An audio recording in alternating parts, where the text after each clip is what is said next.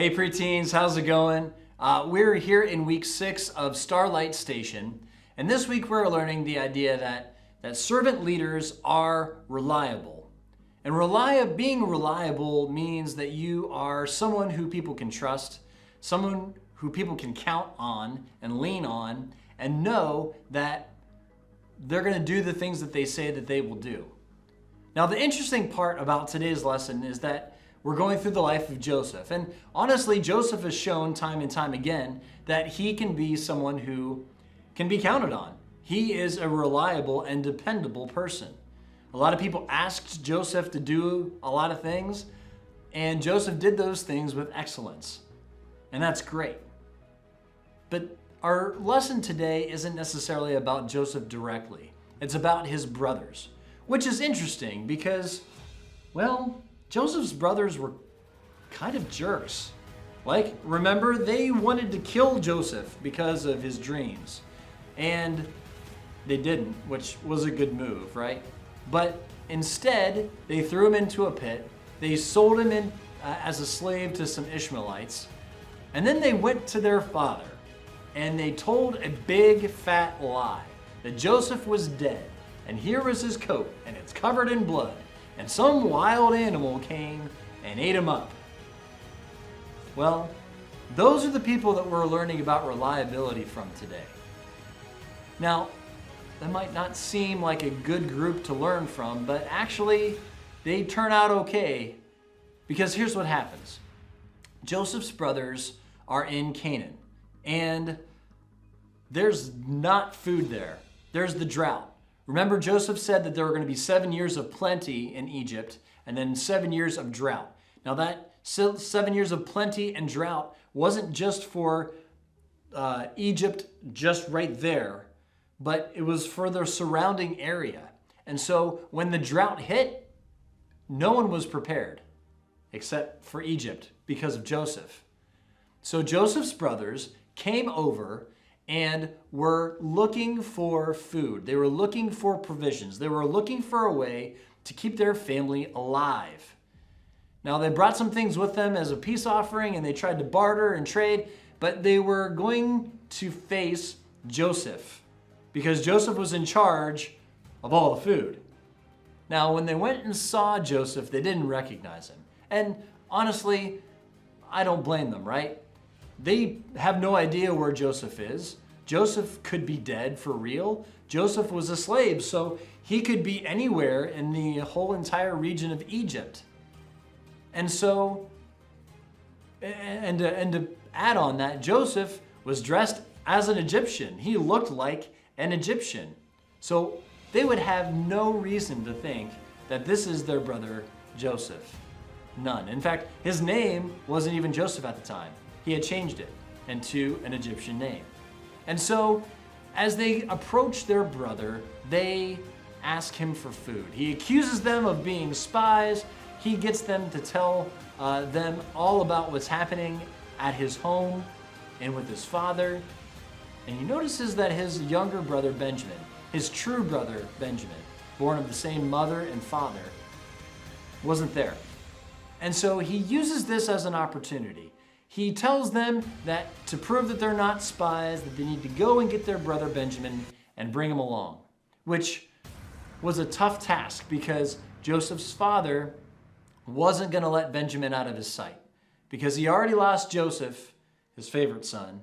He wasn't going to lose Benjamin. And so through some persuasion, they got their brother Benjamin to go to Egypt and prove that they weren't spies, that what they were saying was true. But then Joseph took it a step further. Joseph really wants to see if these guys have changed. So he devised a plan where he gives them what they ask for, and he puts a silver cup into Benjamin's sack of grain that he's carrying with him.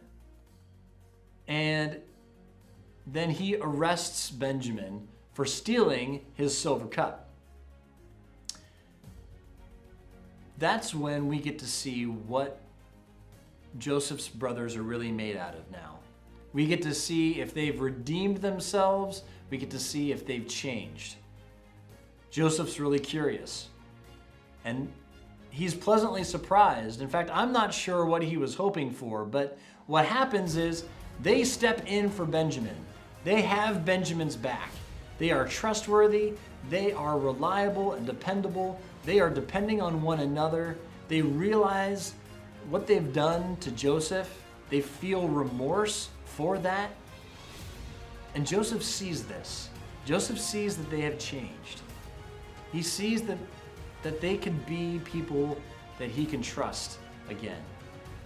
Now, being reliable is a tough thing because you have to earn trust between people. You have to be there for people.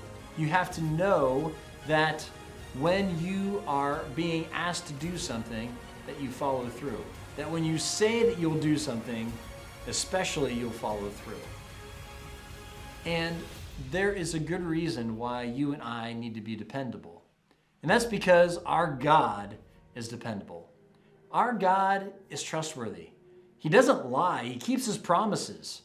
You and I need to do the same. If we do so, people will see us as reliable. We also need to do the things that we say that we will do. If we do that, then we're like God, because God does the things that he says that he will do.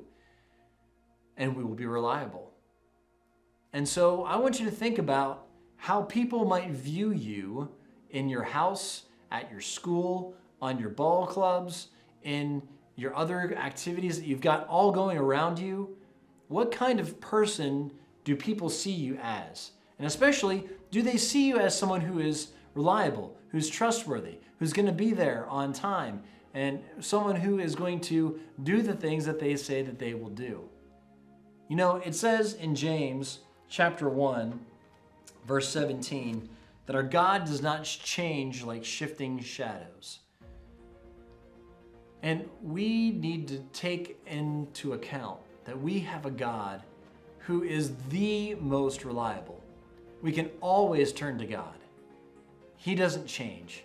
He stays the same. He is the most reliable that we could hope to be. But we need to try. You and I, we have to be dependable and reliable people, because when people see that and they trust us and they know us, when we present the gospel, when we live out the life that God has set aside for us, they will see our God through what we do, what we say, how we act. And so that's what I want you to do this week. I want you to work on your reliability, work on your dependability. Be truthful. Do the things that you say you will do. Keep your promises. And that'll be a good start. Joseph's brothers, they had lost that trust. They had lost that reliability with Joseph. But they were able to earn it back. And so if you feel like you've kind of lost that with somebody, it may take time, but it's worth it to build that trust, to build up that dependability and reliability with somebody else. Well, that's all I've got for you guys this week. I'll catch you next time.